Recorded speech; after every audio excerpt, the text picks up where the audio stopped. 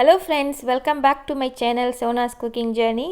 இன்னைக்கு நம்ம சேனல்ல ஒரு வித்தியாசமான பாயாசம் ரெசிபி தான் பார்க்க போறோம். அதாவது மேக்ரோனியை வச்சு நம்ம இன்னைக்கு பாயாசம் எப்படி பண்றதுன்னு பார்க்கலாம். அதுக்கு முன்னாடி என் சேனலுக்கு சப்ஸ்கிரைப் பண்ணாதவங்க சப்ஸ்கிரைப் பண்ணுங்க. கூட இருக்க பெல் பட்டனையும் பிரஸ் பண்ணிக்கோங்க. நான் போடுற வீடியோஸோட நோட்டிஃபிகேஷன் உங்களுக்கு உடனே வரும். வாங்க இப்போ ரெசிபி எப்படி பண்றதுன்னு பார்க்கலாம். அதுக்கு ஃபர்ஸ்ட் இப்போ ஒரு 2 லிட்டர் அளவுக்கு தண்ணியை வந்து நல்லா கொதிக்க விட்டுக்கலாம்.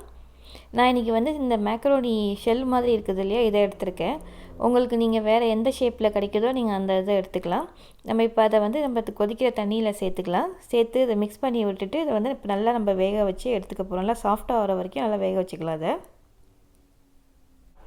இது வேகிறதுக்கு குறைஞ்ச ஒரு 10லேருந்து 15 நிமிஷம் ஆகும். எனக்கு 10 நிமிஷம் ஆச்சுது. எல்லாம் வெந்ததுக்கப்புறம் இதை வந்து நம்ம ஸ்ட்ரெயின் பண்ணி இப்படியே எடுத்து வச்சுக்கலாம்.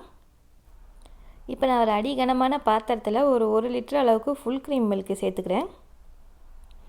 இப்போ இதை நம்ம சேர்த்து நல்லா இதை வந்து ஒரு பாயில் வர வரைக்கும் நம்ம கொதிக்க வைக்க போகிறோம்.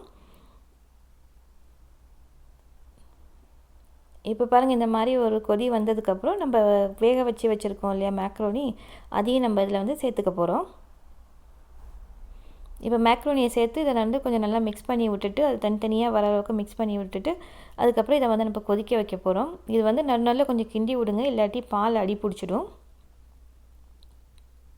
இப்போ இந்த அளவுக்கு கொதித்து வந்ததுக்கப்புறமா நம்ம வந்து இதில் வந்து கொஞ்சம் குங்குமப்பூ சேர்க்க போகிறோம். ஏன்னா இதில் கலருக்காகியும் வாசனைக்காகியும் சேர்க்குறோம். போட்டு அதை மிக்ஸ் பண்ணி விட்டுடுங்க. இப்போ நான் வந்து சுகர் சேர்க்க போகிறேன். நான் வந்து ஒரு 1/3 கப்பு சுகர் சேர்க்குறேன். இது வந்து ரா சுகரு. நீங்கள் ஒயிட் சுகர் போடுறதா இருந்தால் இன்னும் கொஞ்சம் கூட சேர்த்து போட்டுங்க. மேபி 1/2 கப்பு போட்டுக்கோங்க. போட்டு அதையும் மிக்ஸ் பண்ணி விட்டுடுங்க. இதில் ஒரு பிஞ்ச் அளவுக்கு சால்ட் சேர்த்துக்கோங்க. ஏன்னா வந்து சுகரை வந்து என்ஹான்ஸ் பண்ணி காட்டும் அது. அதையும் போட்டு இப்போ நல்லா மிக்ஸ் பண்ணி விட்டுட்டு இதில் வந்து வாசனைக்காக நான் ஏலக்காய் ஒரு 4 ஏலக்காவை நுணுக்கி வச்சுருக்கேன், அதை சேர்த்துக்கிறேன். அதையும் சேர்த்து நல்லா மிக்ஸ் பண்ணி விட்டுடுங்க. இப்போ நல்லா அதை மிக்ஸ் பண்ணி விட்டதுக்கப்புறமா நான் இதில் வந்து கண்டென்ஸ்டு மில்க் சேர்க்க போகிறேன். அதாவது மில்க்மெய்ட் சேர்க்க போகிறேன்.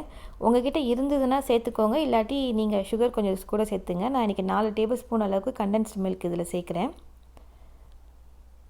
இதை சேர்த்து நல்லா அதை மிக்ஸ் பண்ணி விட்டுக்கோங்க. மிக்ஸ் பண்ணி இதை வந்து நம்ம இன்னும் கொஞ்சம் கொதிக்க விடணும். கொஞ்சம் திக்காகிற வரைக்கும், இப்போ கொஞ்சம் தண்ணியாக இருக்கு இல்லையா, திக்காகிற வரைக்கும் நம்ம கொஞ்சம் கொதிக்க விடலாம். அது கொதிக்கிற நேரத்தில் நம்ம இப்போ கொஞ்சம் ட்ரை ஃப்ரூட்ஸ் எல்லாம் ரோஸ்ட் பண்ணி போட்டுடலாம். அதுக்கு ஒரு பேனில் வந்து ஒரு 2 டேபிள் ஸ்பூன் அளவுக்கு நெய் சேர்த்துக்கோங்க. அது நெய் சூடானதுக்கப்புறம் ஒரு 10லேருந்து 15 முந்திரி பருப்பு இந்த மாதிரி நான் உடச்சி வச்சுருக்கேன், அதையும் சேர்த்துக்கோங்க. உங்களுக்கு திராட்சை வேணுன்னா திராட்சையும் சேர்த்துக்கலாம், இல்லாட்டி எந்த நட்ஸ் வேணாலும் இதில் நீங்கள் சேர்த்துக்கலாம். சேர்த்து இந்த மாதிரி பொன்னிறமாக வறுத்துக்கோங்க. இப்போ நல்லா ரோஸ்ட் ஆனதுக்கப்புறம் இதை வந்து நம்ம பாயசத்தில் சேர்த்துக்கலாம். பாயசத்தில் சேர்த்து இதை மிக்ஸ் பண்ணி விடுங்க.